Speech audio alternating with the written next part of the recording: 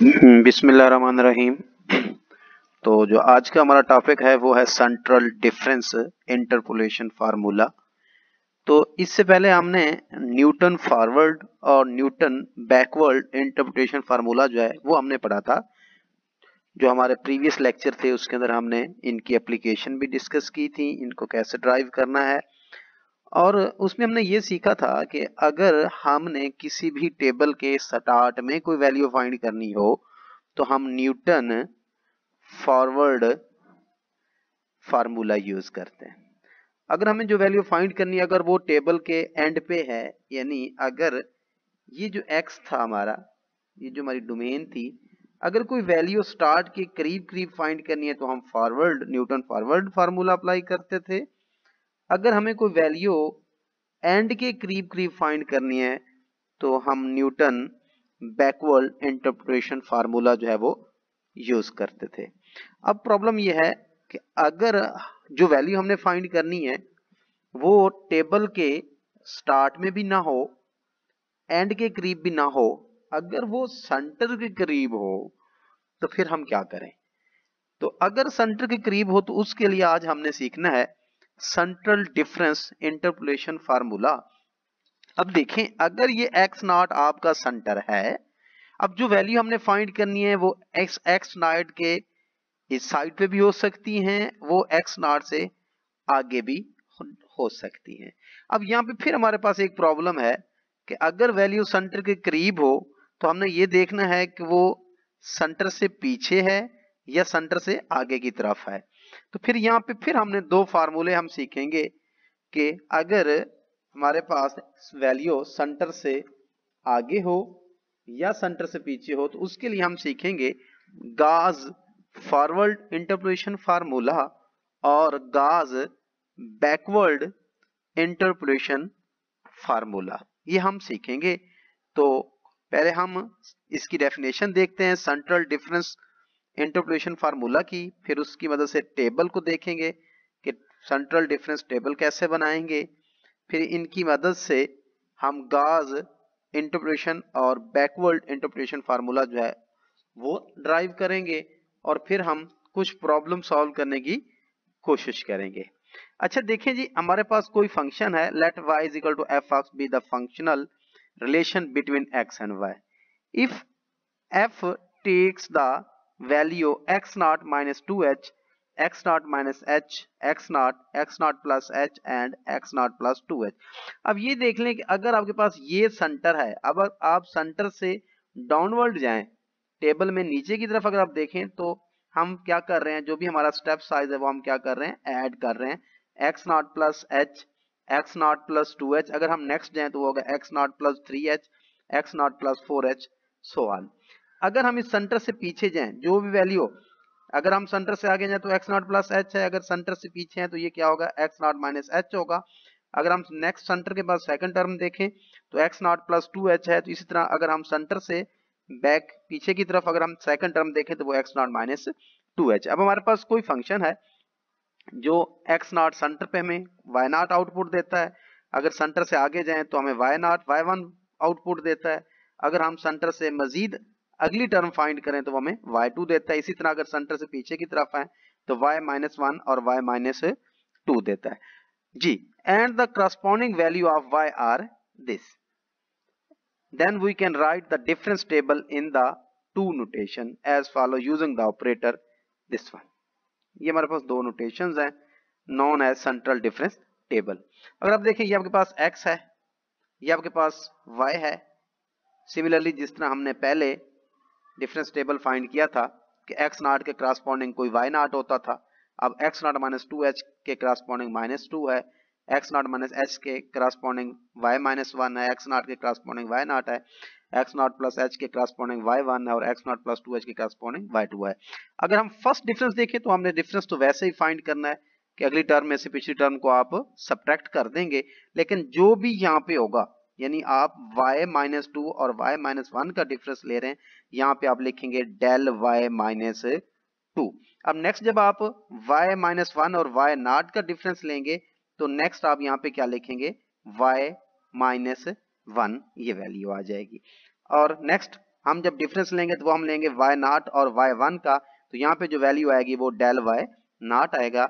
Next अगर हम देखें तो वाई वन वाई टू जब इनका डिफरेंस लेंगे तो ये डेल वाई वन आएगा। और यहाँ पे देखें जी डेल वाई माइनस टू को हम इस फॉर्म में भी लिख सकते हैं। अगर आप देखें तो ये हमारे पास सेंटर है, तो जब भी आपने यहाँ पे देखें जी ये फर्स्ट डिफरेंस है, जब भी हमारे पास ऑड डिफरेंस होगा, लाइक ये 1 है, ये 2 इवन है, ये थर्ड फिर ऑड है, ये फोर्थ फिर इवन है, जब भी आपके पास ऑड होगा तो तब आपने इनके जो सबस्क्रिप्ट है उनको आपने इस फॉर्म में लिखना है। यानी अगर आप इस सेंटर से आगे की तरफ जाएं तो हाफ डिफरेंस सेंटर क्या बनेगा 1/2, इससे नेक्स्ट जाएंगे जिसमें 1 का इजाफा कर दें तो ये 3/2 हो जाएगा। सिमिलरली अगर आप इस सेंटर से पीछे की तरफ हैं तो ये देखें जी y 1/2 था तो ये -1/2 होगा, ये 3/2 है तो ये -3/2 होगा। इसके बाद नेक्स्ट जब आपने इन दो का डिफरेंस लेना है, अब देखें यहाँ पे क्या है डेल y -2 है, तो जो भी यहाँ पे डिफरेंस सेकंड डिफरेंस आएगा वो यहाँ पे -2 लिखेंगे। जब आप डेल y -1 और डेल y नॉट का डिफरेंस लेंगे तो -1 पहले है तो यहाँ पे क्या आएगा -1 आएगा। सिमिलरली जब आप डेल y नॉट और डेल y 1 का लेंगे तो यहाँ पे क्या आएगा डेल y नॉट आएगा। सिमिलरली आप इसका डिफरेंस लेंगे, ये आपके पास फोर्थ डिफरेंस आ जाएगा। अब देखें जी ये x नॉट जो है ये आपका सेंटर है, x नॉट जो है ये आपका क्या है सेंटर है, तो आपने यहाँ पे एक सेंटर लाइन ड्रा कर ली है, ये आपके पास सेंटर लाइन है, ये आपके पास क्या है जी सेंटर लाइन है। अब इसके बाद ये सेंटर लाइन से अगर आप नीचे की तरफ देखें तो ये डेल वाई नॉट है, इससे पीछे देखें तो डेल वाई -1 है। अब हम नेक्स्ट क्या करेंगे, हम इस टेबल की मदद से गॉस फॉरवर्ड और गॉस बैकवर्ड इंटरप्रिटेशन फार्मूला जो है वो ड्राइव करेंगे। बेसिकली जिस तरह हम पहले डिफरेंस फाइंड करते आएंगे डिफरेंस तो वैसे ही करेंगे, जस्ट हमने जब टेबल सीख लेना है कि टेबल से हमने किस तरह वैल्यू उठा के फार्मूला के अंदर पुट करनी है। जिस तरह हम पहले टेबल बनाते थे फिर उस टेबल के अंदर फॉरवर्ड और न्यूटन फॉरवर्ड और न्यूटन बैकवर्ड फार्मूला लगा के टेबल से वैल्यू उठा के फार्मूला में पुट करके जो वैल्यू हमने फाइंड करनी होती है वो हम फाइंड कर लेते हैं। सिमिलरली जब आपने डिफरेंस टेबल बनाना सीख लेना है उसके बाद जो भी हमारे पास फार्मूले होंगे हमने उसी टेबल से वैल्यू उठा के फार्मूला के अंदर पुट करनी है, ताकि हम ये सीख सकें कि किसी भी सेंट्रल डिफरेंस टेबल से हम फार्मूला अप्लाई करके अगर वो वैल्यू सेंटर के करीब करीब है तो हम वो कैसे फाइंड करेंगे। देखें गॉस फॉरवर्ड इंटरप्रिटेशन फार्मूला को अगर हम देखें तो असल में ये है क्या कि न्यूटन फॉरवर्ड इंटरप्रिटेशन फार्मूला की मदद से ही हम गॉस फॉरवर्ड और बैकवर्ड फार्मूला जो है वो ड्राइव करेंगे। तो न्यूटन फॉरवर्ड इंटरप्रिटेशन फार्मूला ये हमारे पास है, ये हम ऑलरेडी कर चुके हैं, where p = x - x not over h है वी हैव। असल में हमने करना क्या है कि हमने del square Y not, del cube Y not, del की पावर 4 वाई नॉट इनकी वैल्यू फाइंड करके हम 7.1 इक्वेशन में पुट करेंगे। अब हमने ये वैल्यू सबसे पहले फाइंड करनी है, फाइंड करने के बाद इस इक्वेशन के अंदर इनकी जब वैल्यू पुट करेंगे फिर इसको सिंप्लीफाई करेंगे तो हमारे पास गॉस फॉरवर्ड इंटरप्रिटेशन फार्मूला आ जाएगा। अब देखें जी we have del square Y naught equal to del square E -1, यानी हम इस वाई नॉट को ई ऑपरेटर की फॉर्म में भी लिख सकते हैं ई -1। अब ये ई -1 किस चीज की इक्वल है 1 प्लस डेल वाई -1 के इक्वल है। अब अगर मैं इस डेल स्क्वायर को मल्टीप्लाई कर दूं तो ये हो जाएगा डेल, और इस y को भी अगर हम अंदर मल्टीप्लाई कर दें तो डेल स्क्वायर y -1 हो जाएगा, प्लस जब ये डेल स्क्वायर इस डेल से मल्टीप्लाई होगा तो ये डेल क्यूब हो जाएगा और y -1 आ जाएगा। अब यहाँ पे देखें कि जब हमारे पास डेल स्क्वायर था तो हमारे पास क्या रिलेशन बना, del square y -1 plus del cube y -1 means ये y -1 और ये y -1 ये सेम टर्म है। क्या है कि यहाँ पे सेकंड था डिफरेंस था और यहाँ पे क्या हो गया थर्ड हो गया। अगर हम ये वाली चीज डेल स्क्वायर वाई नॉट इस चीज की इक्वल है, जब मैं डेल क्यूब लूंगा तो वो क्या हो जाएगा, यहाँ पे क्या आ जाएगा del cube y -1 plus del 4 y -1 हो जाएगा। तो सिमिलरली जब आप 4 लेंगे तो यहाँ पे क्या आ जाएगा 4 और यहाँ पे क्या आ जाएगा 5। सिमिलरली जब हम यहाँ पे 3 लेंगे 4 लेंगे 5 लेंगे 6 जितना भी आप लेना चाहते हैं, चाहे वो y नॉट है y -1 है तो ये क्या हो जाएगा, ये देखें यहाँ से एक इन्फॉर्मेशन हमें और भी मिल रही है। अगर यहाँ पे y0 था तो ये किस में कन्वर्ट हो गया, -1 में। किस में कन्वर्ट हो गया, -1 में। यानी y0 है तो उससे अगली टर्म हम -1 लेंगे। अगर ये -1 होगा तो ये किस में चला जाएगा, -2 में। तो अब हमने करना क्या है कि इस 7.1 के अंदर ये सारी की सारी इक्वेशन पुट कर देनी है। अगर हम ये सारी की सारी वैल्यू पुट करें तो आपके पास yp is equal to y0 plus p del y0, ये सारी वैल्यू यहाँ पे पुट करने के बाद आपके पास ये रिलेशन बनेगा। अब देखें जी, इस रिलेशन में देखें, अब हमने क्या करना है, इस डेल स्क्वायर y-1 को इससे मल्टीप्लाई कर दें, डेल क्यूब y-1 को इससे मल्टीप्लाई कर दें। सिमिलरली बाकी जो इक्वेशन पड़ी हैं उनमें भी आपने यही काम करना है कि इस फर्स्ट टर्म को इससे मल्टीप्लाई करेंगे और इस टर्म को आप इससे मल्टीप्लाई कर देंगे। जब आप इनको मल्टीप्लाई कर लेंगे फिर जिन ऑपरेटर की वैल्यू सेम है, लाइक डेल क्यूब y-1 इसमें भी पड़ा है और डेल क्यूब y-1 इसमें भी पड़ा है, तो आपने क्या करना है, डेल क्यूब y-1 वाली टर्म जो है वो इकट्ठी कर लेनी है। सिमिलरली डेल 4 y-1 और डेल 4 y-1 ये सारी टर्म क्या कर लेनी है, इकट्ठी कर लेनी है। अगर आप नेक्स्ट स्टेप में देखें तो ये देखें जी, डेल 3 y-1 है तो यहाँ से देखें एक तो ये वैल्यू आएगी p इंटू p-1/2 का फैक्टोरियल, ये आ गया प्लस, और एक वैल्यू आपके पास यहाँ से आएगी p into p-1 into p-2/3 का फैक्टोरियल, और बाहर आ जाएगा del cube y-1। Similarly del 4 के लिए आ जाएगा। अब जस्ट मैं आपको इस रिलेशन में से जस्ट डेल क्यूब y-1 की ये वाली टर्म जो है ये सॉल्व करना बता दूंगा। इससे नेक्स्ट ये चीजें भी आप आसानी से कर सकते हैं। अब देखें इसमें, देखें इन दोनों का सम है, अगर इन दोनों का एलसीएम लेंगे तो ये क्या आ जाएगा, 2 का फैक्टोरियल 3 का फैक्टोरियल आ जाएगा। तो इसके साथ 3 का फैक्टोरियल मल्टीप्लाई हो जाएगा, इसके साथ 2 का फैक्टोरियल मल्टीप्लाई हो जाएगा। ये 3 का फैक्टोरियल होता है 6, इस 6 को इससे मल्टीप्लाई कर दें, ये 6p बन जाएगा। जब इस 6p को आप इस टर्म से मल्टीप्लाई करें तो ये हो जाएगा 6p² माइनस 6p, और ये 2 का फैक्टोरियल 2 है तो ये 2p को पहले इससे मल्टीप्लाई करेंगे, जो भी आंसर आएगा उसको इस टर्म से मल्टीप्लाई करेंगे।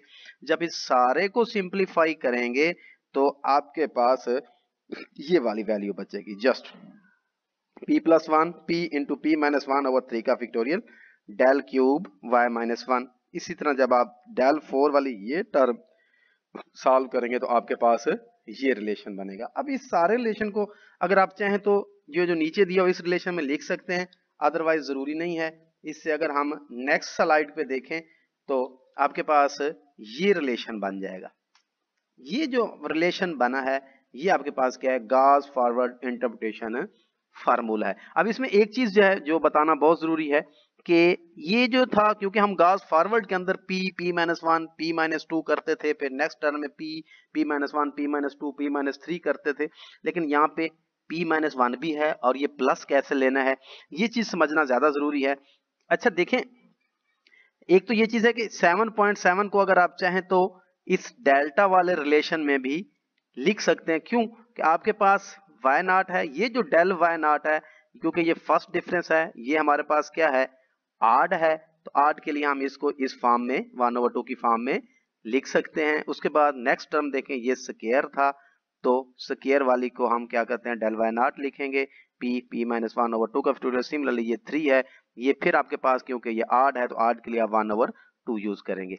अच्छा देखें, जब हमारे पास जो भी हमारे पास टेबल है, जो लास्ट अभी हमने देखा है सेंट्रल डिफरेंस टेबल जो हमने देखा है, उसके अंदर जो भी हमारी सेंट्रल लाइन है, जो भी हमारी सेंट्रल लाइन है, अगर हमने उस लाइन से फॉरवर्ड जाना है, आगे की तरफ जाना है, तो जो भी हमारा y0 था उससे हम डाउनवर्ड आएंगे तो वो हमारा डेल y0 होगा। जब भी आप, अगर ये y0 है मींस कि आप पोजीशन, कोई भी यहाँ पे पोजीशन p है, जब भी आप यहाँ से नीचे की यानी फॉरवर्ड आगे की तरफ आएंगे तो उस वक्त आप क्या करेंगे, p के अंदर कोई चीज ऐड करेंगे, यानी लाइक p+1 कर देते हैं। अब क्योंकि ये फर्स्ट है तो फर्स्ट के लिए हम क्या करते हैं, जस्ट लिखते हैं p पोजीशन लिखते हैं, यहाँ पे देखें p और डेल y0, हम फॉरवर्ड जा रहे हैं।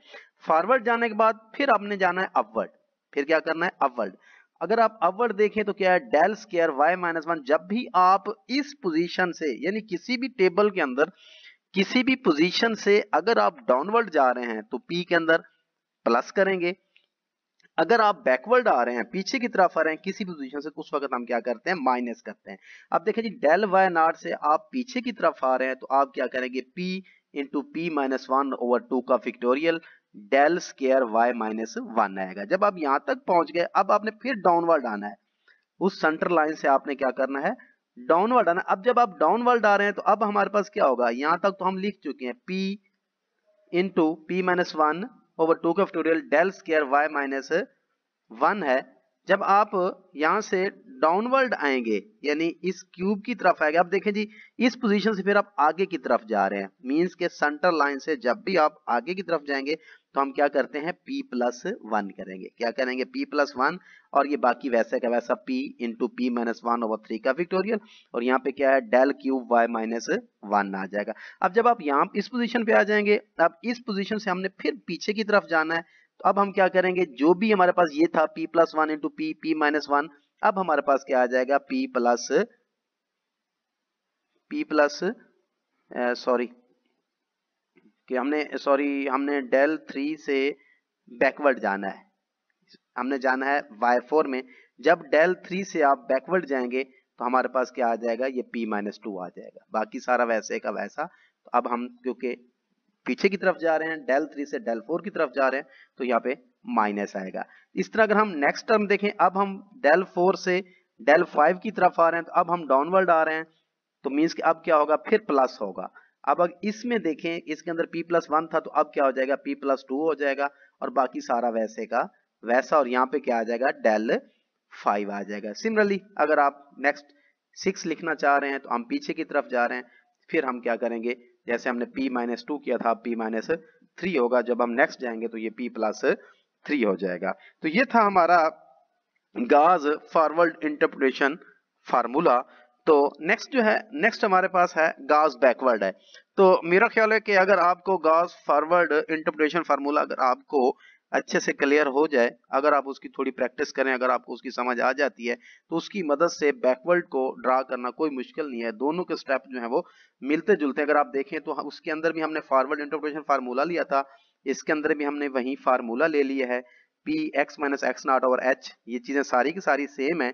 डेल वाई नॉट, उसके अंदर हमने स्टार्ट किया था सेकंड डिफरेंस से, डेल स्क्वायर वाई नॉट, ये हमने सेकंड से लिया था। इसके अंदर आप क्या करेंगे, डेल वाई नॉट की वैल्यू फाइंड करेंगे, फिर डेल स्क्वायर वाई नॉट की वैल्यू फाइंड करेंगे, फिर डेल क्यूब वाई नॉट की वैल्यू फाइंड करेंगे।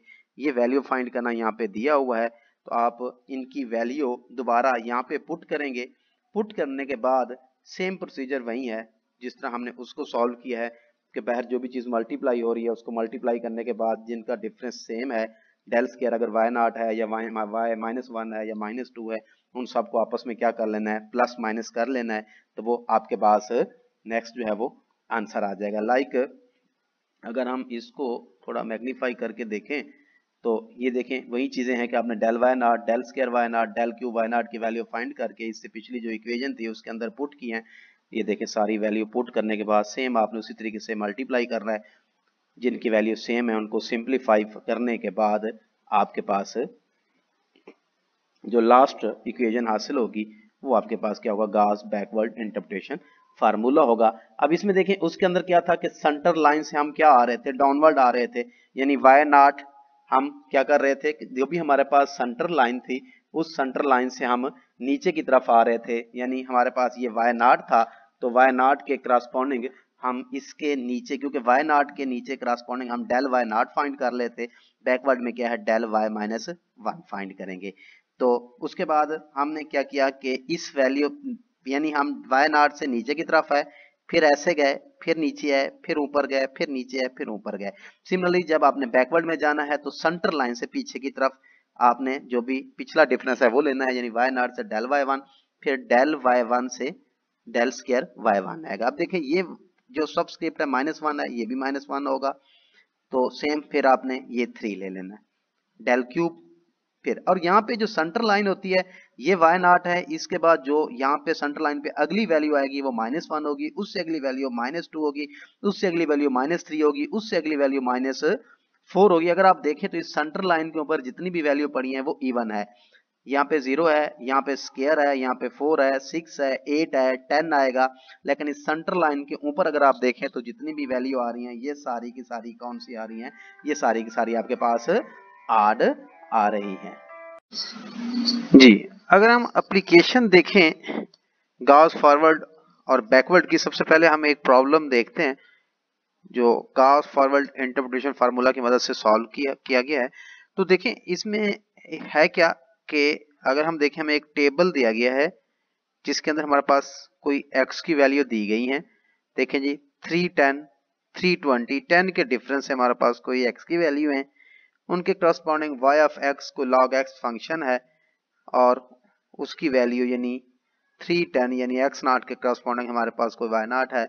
सिमिलरली अगर ये x1 है तो उसके करस्पॉन्डिंग हमें y की वैल्यू दी गई है। तो करना क्या है कि find the value of log 337.5 from the following table. अब अगर देखें 337.5 ये यहाँ पे आएगा। अब देखें अगर हम यहाँ पे देखें अगर 337.5 यहाँ पे है तो इससे पहले 3 वैल्यू हैं और इसके बाद भी 3 वैल्यू हैं, तो यहाँ पे देखें यहाँ पे ये सेंटर के करीब करीब हैं।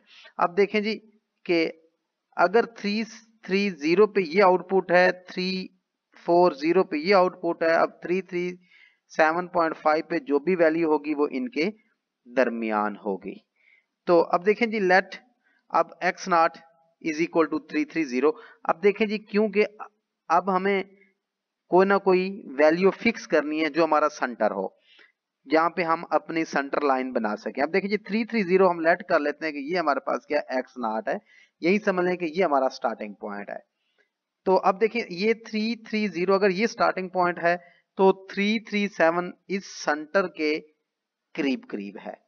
तो अब देखिए ये 337 जो है ये 330 से आगे की तरफ पड़ा है, तो हम इसके ऊपर फॉरवर्ड इंटरपोलेशन फार्मूला लगाएंगे। अगर हमारा 330 सेंटर होता और इससे पीछे अगर लेट्स सपोज 325 या 326, 327 की वैल्यू फाइंड करनी होती तो हम इसके ऊपर बैकवर्ड लगाते। अब देखें देन p हमारे पास फार्मूला था x minus x not over h था। तब x नॉट हमारे पास 330 है तो उसकी जगह उसकी वैल्यू पुट कर दी। अगर आप डिफरेंस देखें h जो है वो 10 का है तो h की जगह उसकी वैल्यू पुट कर दी। तो now the central difference table is as follow. अब सिंपल इसका सेंट्रल डिफरेंस टेबल बना लें जिस तरह आप एज यूजुअल आप बनाते हैं कोई भी फॉरवर्ड डिफरेंस फार्मूला गाज या न्यूटन फॉरवर्ड या बैकवर्ड लगाने के लिए हम डिफरेंस टेबल बनाते हैं, उसी तरह आपने डिफरेंस टेबल बना लेना है। ये देखें x की वैल्यू पुट कर ली, ये आपने कोई p ले लिया, हमारे पास फिक्स पॉइंट जो है p जो है जो पोजीशन है वो 0 है, तो उससे हम आगे की तरफ जाएं तो पॉजिटिव, उससे पीछे की तरफ आए तो नेगेटिव वैल्यू लेते हैं। तो उसके बाद ये yp ले लेंगे। अब देखिए जी 310 के करस्पॉन्डिंग उसकी आउटपुट लिख लेंगे, 320 के करस्पॉन्डिंग उसकी आउटपुट। ये सारी लिखने के बाद अब आप क्या करें, फर्स्ट डिफरेंस लेंगे, इसमें से ये सब्ट्रैक्ट कर दें, आपके पास ये वैल्यू आ जाएगी, इसमें से ये सब्ट्रैक्ट करें ये वैल्यू आ जाएगी। सिंपल आपने फर्स्ट, सेकंड, थर्ड, फोर्थ, 5 ये आपने डिफरेंस ले लेने हैं। जब आपने डिफरेंस टेबल बना लेना है, अब आपने जो सबसे अहम पॉइंट है वो ये है कि इस टेबल तो हम इस तरह का पहले भी बनाते रहे हैं कि अब इस टेबल से हमने जो फॉरवर्ड गॉस फॉरवर्ड फार्मूला है उसके अंदर इस टेबल से वैल्यू उठा के हमने किस तरह से पुट करनी है। अब देखें जी ये 330 ये 0 आपका सेंटर है, तो ये आपकी सेंटर लाइन है जो थोड़ी बोल्ड की हुई है। 2.5185 ये सेंटर लाइन पे है। उसके बाद ये देखें जी ये सेंटर लाइन पे है और ये सेंटर लाइन पे। अब हमने जाना क्या है कि फॉरवर्ड जाना है, तो यहाँ से हम क्या करेंगे, अगर ये आपके पास x नॉट है तो ये आपके पास y नॉट होगा और ये आपके पास क्या होगा डेल y नॉट, ये क्या होगा डेल y नॉट, और ये आपके पास क्या होगा ये डेल y माइनस 1 हो जाएगा। सिमिलरली अब आप जब यहाँ पे आएंगे तो अगर ये डेल y माइनस 1 है तो ये भी आपके पास क्या होगा डेल y माइनस 1 होगा, लेकिन यहाँ पे इसका ऑर्डर क्या होगा 3 होगा। सिमिलरली हमने क्या किया कि इस जिस तरह हमने मेथड में देखा था कि यहाँ से स्टार्ट किया, ऐसे आएंगे, फिर हम अपवर्ड जाएंगे, फिर हम डाउनवर्ड, फिर अपवर्ड और फिर डाउनवर्ड आएंगे। तो नेक्स्ट अगर हम देखें फार्मूला तो उसको मैं थोड़ा बोल्ड कर लेता हूँ जी। अब ये हमारे पास फार्मूला है, आपने गाज फॉरवर्ड फार्मूला लिख दिया। अब आपके पास डेल वाई नॉट आपको इसी टेबल से मिलेगा, डेल स्क्वायर वाई माइनस 1 भी इसी टेबल से मिलेगा, डेल क्यूब, डेल 4, डेल 5 जो भी है, और p की वैल्यू भी आपको इसी टेबल से ही मिलेगी। अब देखें जी, from the central difference table we get the following value. x आपके पास क्या है, ये आपको गिवन है प्रॉब्लम के अंदर, ये वाली चीज हमें ऑलरेडी गिवन है जो हमने मालूम करनी। ये देखें log x, इसकी जगह हमारे पास x गिवन है 337.5, ये हमारे पास गिवन है। p की वैल्यू हम यहाँ से फाइंड कर लेंगे, x की जगह उसकी वैल्यू पुट कर देंगे। ये x नॉट का, ये आपके पास h की वैल्यू थी, यहाँ से आपने p की वैल्यू फाइंड कर ली। y की वैल्यू आपको टेबल से मिलेगी। अब ये del y naught, del square y1 है, फिर डेल क्यूब y1 है, ये वैल्यू आपको इस टेबल से मिलेंगी। देखें जी कि ये आपके पास x नॉट था, तो ये आपके पास क्या है, y नॉट होगा, और उसके क्रॉसपोंडिंग ये आपके पास क्या है, डेल y नॉट होगा। ये आपके पास डेल y नॉट होगा, ये आपके पास डेल स्क्वायर y-1 होगा, और ये डेल क्यूब y-1 होगा, और ये डेल 4 y-1 होगा, और ये आपके पास डेल 5 y-1 होगा। ये देखें सारी वैल्यू उसने यहाँ से ले ली है। उसके बाद आपने करना क्या है, इस टेबल के अंदर y नॉट की जगह y नॉट की वैल्यू पुट कर दें, p की जगह p की वैल्यू पुट कर दें, डेल y की जगह उसकी वैल्यू पुट कर दें। जब आप इसके फार्मूला के अंदर ये सारी वैल्यू पुट करने के बाद इसको सिंप्लीफाई करेंगे तो आपके पास ये वाला आंसर आएगा। जी, अब हमारे पास एक प्रॉब्लम है जिसके पास गॉस बैकवर्ड इंटरप्रिटेशन फार्मूला लगाया गया है। प्रॉब्लम क्या है कि the sale of the concern for the year 1976 given that. अब देखिए जी, ये हमारे पास कोई ईयर है 1940, उसके करस्पॉन्डिंग हमारे पास सेल है। तो अगर आप देखें तो डिफरेंस जो एक्स में आ रहा है, जो ईयर में आ रहा है, वो 10 ईयर का डिफरेंस है। तो हमने फाइंड क्या करना है, हमने फाइंड ये करना है कि 1976, अब वो देखें जी 1976 कोई यहाँ पे वैल्यू बनती है, उसके करस्पॉन्डिंग कोई ना कोई आउटपुट होगी जो हमने फाइंड करनी है। लेकिन उसने कंडीशन लगा दिया है कि आपने लगाना गॉस बैकवर्ड इंटरप्रिटेशन फार्मूला ही लगाना है। अब देखें जी, टेकिंग अगर यहाँ पे ले रहे हैं तो हम इसको सेंटर बना लेते हैं 1970 as the origin, and h क्योंकि जो h है वो 10 ईयर का डिफरेंस है वो लगा दिया है।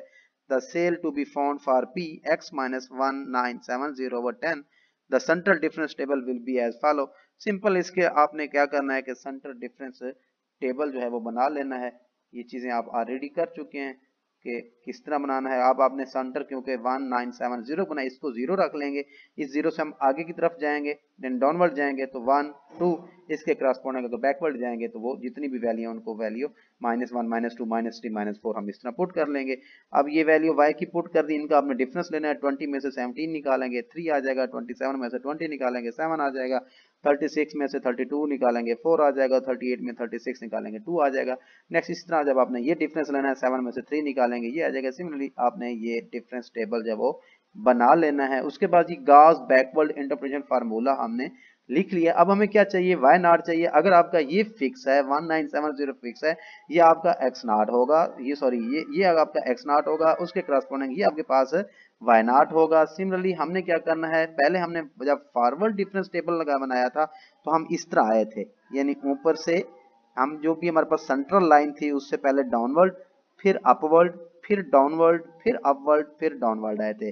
लेकिन जब आपने बैकवर्ड लगाना है तो आपने क्या करना है कि इस वैल्यू से अपवर्ड डाउनवर्ड अपवर्ड डाउनवर्ड, पहले क्या था डाउनवर्ड अपवर्ड, यानी पहले डाउन फिर अप, डाउन अप। लेकिन जब आपने बैकवर्ड लगाना है तो अप डाउन, इसका आपने इनवर्स देखना है। अब देखें जी, अगर आपके पास ये वाई नॉट है तो जो फर्स्ट डिफरेंस आएगा डेल वाई -1, तो वो ये आएगा 5। तो नेक्स्ट इस तरीके से आपने अप डाउन ये वैल्यू फाइंड करनी है। अच्छा देखें जी, फार्मूला में देखें x आपके पास ये वैल्यू है 1976, इससे आप p की वैल्यू मालूम कर सकते हैं क्योंकि p आपके पास ये था, यहाँ पे आपने x की वैल्यू पुट कर दी, तो ये आपके पास x नॉट था, ये आपके पास 10 था, आपने p फाइंड कर लिया। अब आप देखें जी, आप ये यहाँ पे देखें कि ये आपके पास x नॉट था तो उसके करस्पॉन्डिंग ये y नॉट था, y नॉट की वैल्यू आ गई तो डेल y -1 आपके पास क्या आ गया 5 आ गया। जो सेकंड डिफरेंस है डेल स्क्वायर y -1 जो है वो क्या आ जाएगा -1 आ जाएगा। सिमिलरली आप डेल क्यूब, डेल 4 और डेल 5 की वैल्यू लेंगे और ये वाली वैल्यू आप इस फार्मूला में पुट कर देंगे। पुट करने के बाद इसको कैलकुलेटर की मदद से सॉल्व करें तो आपके पास जो सोल्यूशन आएगा वो ये आएगा। जी, एक और प्रॉब्लम हम देखते हैं जिसके ऊपर गॉस फॉरवर्ड इंटरप्रिटेशन फार्मूला लगाया गया है। अगर आप देखें क्वेश्चन क्या है, the value of annuities for certain age given for the following age, find the annuity at age 27 1/2, यानी हमारे पास कोई 27 होल वैल्यू है और बाकी जो है वो क्या है उसके साथ मल्टीप्लाई हो रहा है 1/2 using Gauss forward interpretation formula. ये हमें टेबल दिया गया है 25, 26, 27, 28, 29। इसमें अगर आप देखें तो जो डिफरेंस आ रहा है वो 1 का आ रहा है, उनके करस्पॉन्डिंग हमें वैल्यू दी गई है। ये 27, ये हमारे पास 27 के करस्पॉन्डिंग अगर हम देखें तो हमारे पास ये वैल्यू है।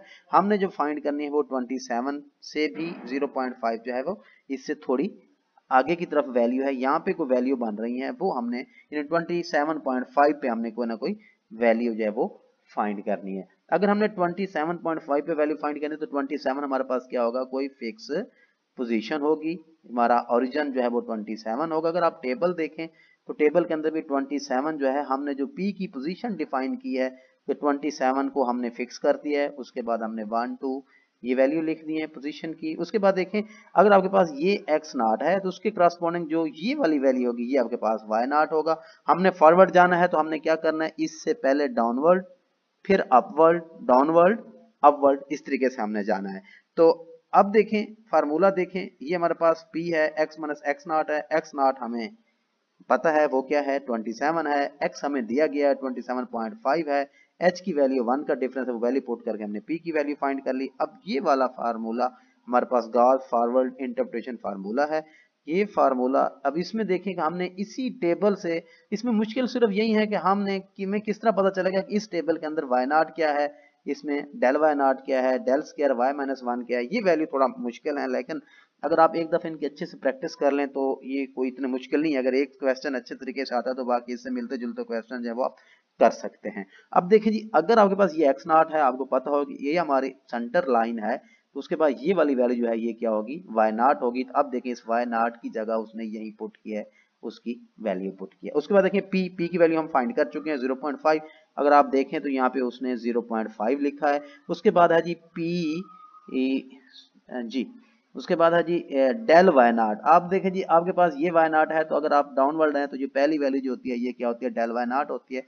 डेल वाई नॉट की जगह उसकी वैल्यू पुट करती है प्लस। उसके बाद देखें प्लस पी माइनस 1, पी की जगह उसकी वैल्यू 0.5 है, 0.5 माइनस 1/2 का फैक्टोरियल है, ये वैल्यू पुट कर दी। उसके बाद देखें डेल स्क्वायर वाई 1 है, क्योंकि ये आपके पास डेल वाई नॉट था तो ये वाली वैल्यू क्या है, डेल स्क्वायर वाई माइनस 1 था, तो उसकी जगह आप देखें तो उसने माइनस 0.015 ही पुट किया है। उसके बाद अगर हम देखें तो नेक्स्ट जो है p plus 1, p into p minus 1 है, तो p की जगह क्या आ जाएगा 0.5 प्लस 1, 0.5 इंटू 0.5 माइनस 1/3 का फैक्टोरियल, डेल क्यूब है जी। उसके बाद देखें जब हम डेल स्क्वायर वाई माइनस 1 पे फिर हमने डाउनवर्ड आना है, तो ये वाली वैल्यू जो है 0.0.001 जो है ये आपकी जो वैल्यू होंगी ये डेल क्यूब, क्योंकि थोड़ी यहाँ पे थोड़ी मिस प्रिंटिंग है, तो यहाँ पे आपने जो वैल्यू पुट करनी है वो माइनस 0.001 पुट करना है डेल क्यूब वाई माइनस 1 की जगह। जब आप इसको सिंप्लीफाई करेंगे तो आपके पास ये वाला जो है वो आंसर आएगा। अगर फिर भी आपको कहीं पे भी प्रॉब्लम हो, क्योंकि ऑनलाइन क्लासेस पढ़ाना और लाइव क्लासेस पढ़ाने में काफ़ी फ़र्क है, तो वहाँ पे तो ये होता है कि बंदा स्टूडेंट के फेस एक्सप्रेशन से भी अंदाज़ा लगा रहा होता है कि इनको ये बात समझ आई है या समझ नहीं आई। यहाँ पे तो सीधी बात है, कंप्यूटर के साथ ही बातें करनी है, तो सामने बस क्वेश्चन पड़ा है, तो जितना हो सकता है मैं कोशिश कर रहा हूँ कि आपको चीज़ें क्लियर हो जाएं। लेकिन फिर भी अगर किसी को प्रॉब्लम है तो आप मेरे साथ कांटेक्ट कर सकते हैं, मुझसे चीज़ें पूछ सकते हैं, डिस्कस कर सकते हैं। आप टाइम मैनेज कर लें जिस तरीके भी आपके लिए फिजिबल हो। आप मुझसे रब्ता करके अपना क्वेश्चन बता दें कि सर मुझे ये बात क्लियर नहीं हो रही, ये चीज़ क्लियर नहीं हो रही, ये फार्मूला मुझे समझ नहीं आ रहा, या ये क्वेश्चन मुझसे नहीं हो रहा। उम्मीद काफ़ी है कि अगर आप थोड़ी सी तवज्जो दें तो कोई इतना मुश्किल काम नहीं है कि आप ना कर सकें, आप कर लेंगे। अगर आप वीडियो देख रहे हैं, अगर आप प्रैक्टिस कर रहे हैं, अगर आप समझने की कोशिश कर रहे हैं, अगर आप कोशिश नहीं कर रहे तो फिर तो मैं कुछ नहीं कर सकता। अगर आप कोशिश कर रहे हैं तो फिर लाजमी आपका रिस्पॉन्स आना चाहिए। आप मुझसे पूछेंगे कुछ ना कुछ चीज़ तो मुझे भी थोड़ा कॉन्फिडेंस होगा कि यार बच्चे जो हैं वो कुछ ना कुछ कोशिश तो सीखने की कर रहे हैं। मैं वीडियो बना बना के दे रहा हूँ, अगर आप देख रहे हैं नहीं देख रहे तो उसमें मैं तो अब कुछ नहीं कर सकता, लेकिन मैं इतना ही कर सकता हूँ जितना मुझसे हो सकता है।